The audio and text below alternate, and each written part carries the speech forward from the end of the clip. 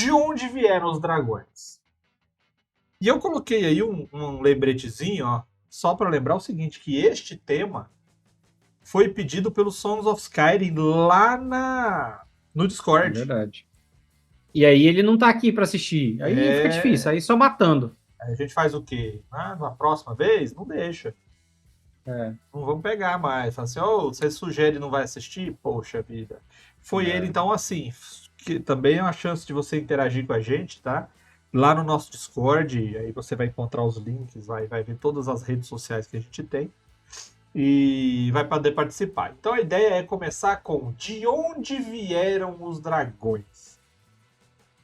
Marcelo Salada é o sujeito que traz a história na sua carteira de trabalho. Ele estava nos momentos mais importantes da humanidade, inclusive quando São Jorge pegou o dragão pelo pescoço com a lança. Ele era, como é que chama? Flanelinha de padre lá, como é que chama? Flanelinha de padre, coroinha. Coroinha, exatamente. Marcelo era coroinha lá no Vaticano quando o São Jorge foi beatificado por ter matado o dragão na Lua. Então ele vai poder falar muito bem sobre a origem dessas criaturas que são universalmente conhecidas de todos os povos da humanidade. Os dragões, em geral, né? Ó, quem veio primeiro, o ovo ou o dragão? Depende. Depende. Quem veio primeiro foi a galinha. A galinha botou um ovo, do ovo da galinha nasceu um dragão. Foi uma mutação.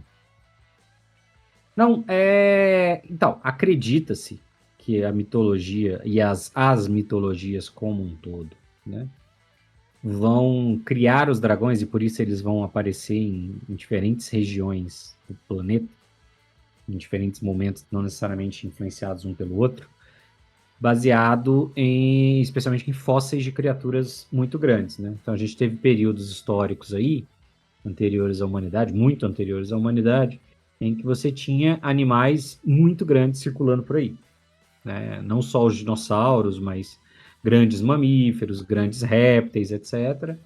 E acredita-se que quando fósseis desses animais foram encontrados, as pessoas que encontraram lá atrás atribuíam características a essas criaturas. Então, assim, ao invés deles imaginarem um dinossauro, eles imaginavam, assim, não que um dragão esteja muito distante de um dinossauro, mas eles imaginavam uma criatura a partir daqueles ossos que eles encontraram. Então, os caras faziam um cálculo ali de eu tenho um esqueleto humano, e ele vê um humano, ele pega um esqueleto de dinossauro e ele elabora o que seria a criatura que deu origem àquela ossada.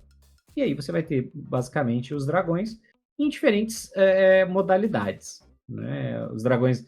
Essa é uma das explicações, né, que é encontrada para você ter tantos grupos diferentes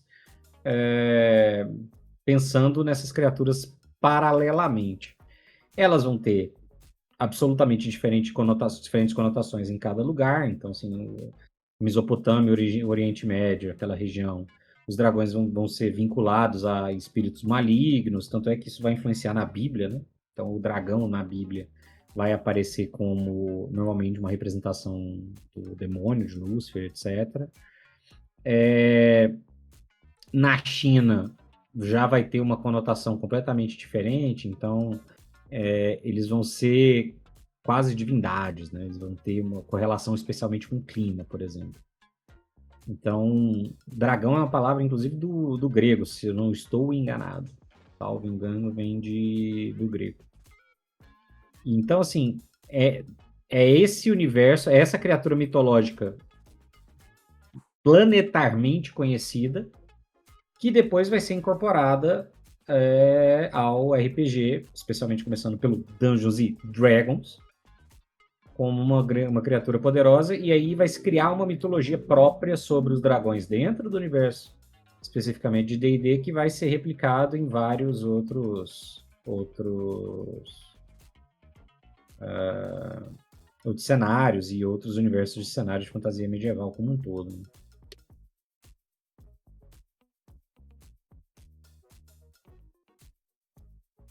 engraçado de falar sobre isso daí. Ele fala, né, das ossadas de dinossauro e tudo mais.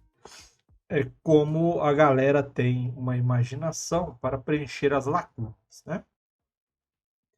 Então a galera lá viu uma ossada de elefante antiga, perdida lá. Ah, é um ciclope. Via um jacarezão fossilizado. Nossa, esse era um monstro marinho.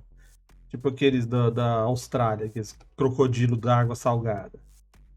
E a gente sempre vai misturando com aquilo que a gente conhece. Então, o dragão de Komodo também tem esse nome porque ele parecia um dragãozinho. Os monstros marinhos que aparecem nos mapas antigos, né? Que eram, as pessoas viam polvos, tubarões e baleias e já exageravam naquela representação daquele desenho. Quando você fala de dragões, todas essas ossadas, todas essas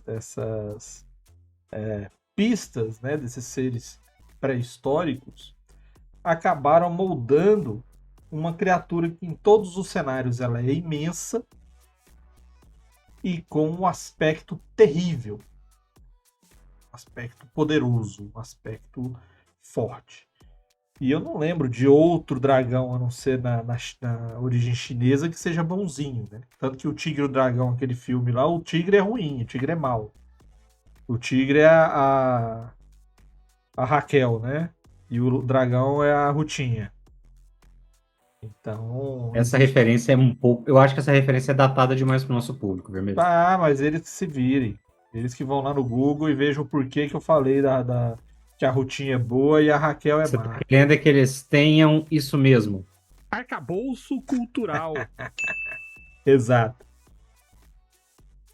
E aí vai da questão do que eles esperam desse tipo de situação. Então, aqui nas Américas, as grandes serpentes, eles eram predadores que podiam ajudar combatendo pestes e algumas ameaças à mata ou atacando as pessoas. Então, tem aquela. Qual que é a. Eu esqueço, cara. Que é legal, mas qual que é aquela jiboiazona da mitologia brasileira? Que ela pega fogo? É Oi, a. Tatá. Boitatá. Boitatá é o nosso dragão, uma serpente gigantesca que pega fogo e cospe fogo.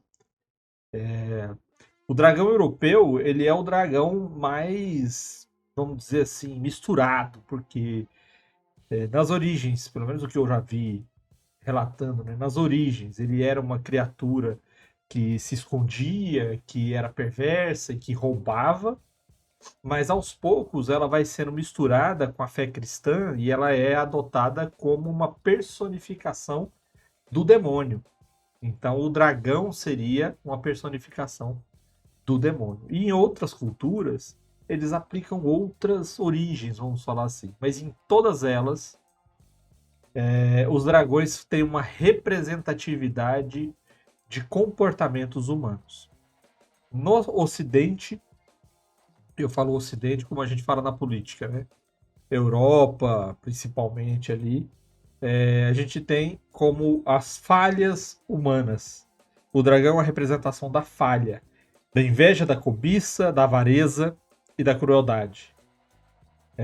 Nas Américas, ele vem como uma força da natureza, e no Oriente, ele vem como uma representação da virtude, porque ele é uma força natural, mas apesar de ter poderes destruidores, na maioria das vezes ele traz o bem. E É não é. interessante que Pode falar. isso reflete no RPG, né? Isso vai refletir no RPG visualmente quando eles imaginam os dragões. A gente vai entrar nesse detalhe mais tarde, mas o D&D em particular, ele replica isso. Ele faz uma divisão dos dragões em que uma parcela dos dragões tem esse elemento negativo, e uma parcela tem um elemento positivo, e visualmente eles são muito assemelhados aos dragões mitológicos originais. Eles fazem essa separação. Então, o dragão mau, ele vai ser visualmente descrito, retratado mais nessa linha dos dragões malignos.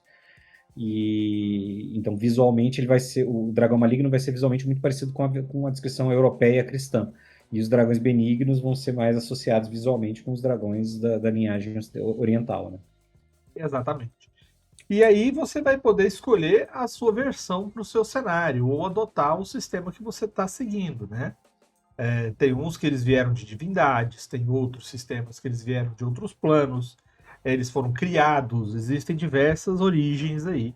E aí você vai poder escolher. O interessante, pelo menos ao meu ver, é que se você vai usar dragões no seu cenário, você tem uma criatura que ela é forte o suficiente, e eu não falo como poder de mecânica de jogo, tá? Eu falo como poder de personagem, como estrutura de cenário. Forte o suficiente para você ter como usar a sua mitologia de criação, ou simplesmente dizer assim, ó, eles existem e estão aí, e tanto faz, porque de qualquer maneira eles vão marcar o seu cenário. Os dragões vão surgir no RPG, só pra galera talvez ter essa referência, eles são originais novamente. Nenhuma surpresa que você tenha dragões no D&D original, porque D&D é Dungeons and Dragons. Então, se tem uma coisa que tem que ter, é Dungeon e Dragon. Né? Então, mais assim, de os um. dragões, eles vão... E mais de um. exatamente. Porque não é tem que Dungeon ser mais and de um. Dragon. É Dungeons and Dragons. É plural. Dragons, no plural, exatamente. Então, assim, eles já surgem com uma tipologia maior, uma tipologia mais ampla, e essa tipologia vai se consolidar como uma base que vai sendo explorada depois. Então a gente foca muito nos dragões cromáticos e metálicos, que são os dragões básicos do D&D até hoje, mas você vai ter ao longo do tempo outros dragões surgindo, né? Dragões ferrosos, dragões planários, dragões de gemas, subtipos bastante específicos. E aí, só para complementar o que você falou, Vermelho, sobre cosmologia, no cenário do D&D original, os dragões as divindades draconianas são atribuídas em alguns pontos como os responsáveis em parte pela criação do plano material, que é onde a maioria das aventuras se passa. Então eles vão falar no folclore, né, na cosmologia do cenário do D&D, que os dragões, as divindades que depois viriam a ser conhecidas como Bahamut e Tiamat, vão criar o primeiro mundo, que é como eles chamam. E aí, quando esse primeiro mundo é destruído na invasão dos deuses, dos outros deuses, a divindade dos gigantes, que é o Anan, se não me engano, vai reconstruir, vai criar o plano material a partir dos restos desse primeiro mundo criado pelos dragões. Então, as divindades draconianas são, em parte, responsáveis pela criação do material que vai dar origem. São elas que organizam o caos primordial que, eventualmente, vai se tornar um mundo, né? Então, a gente está falando de criaturas, e, obviamente, eles vão criar os dragões depois disso. A gente está falando de criaturas extremamente ancestrais, extremamente poderosas, inerentemente mágicas, e que estão aí há trocentos anos. Então, toda vez que alguém pensar em um dragão, eu sou 100% contra o dragão do encontro aleatório, né? Eu acho que o dragão, a gente vai falar mais sobre isso, mas o dragão, para mim, é uma criatura que só aparece se você tiver um lore que justifique. Se você salpicar dragões pela sua aventura sem uma explicação para né? isso, você tá criando um problema para você mesmo. Né?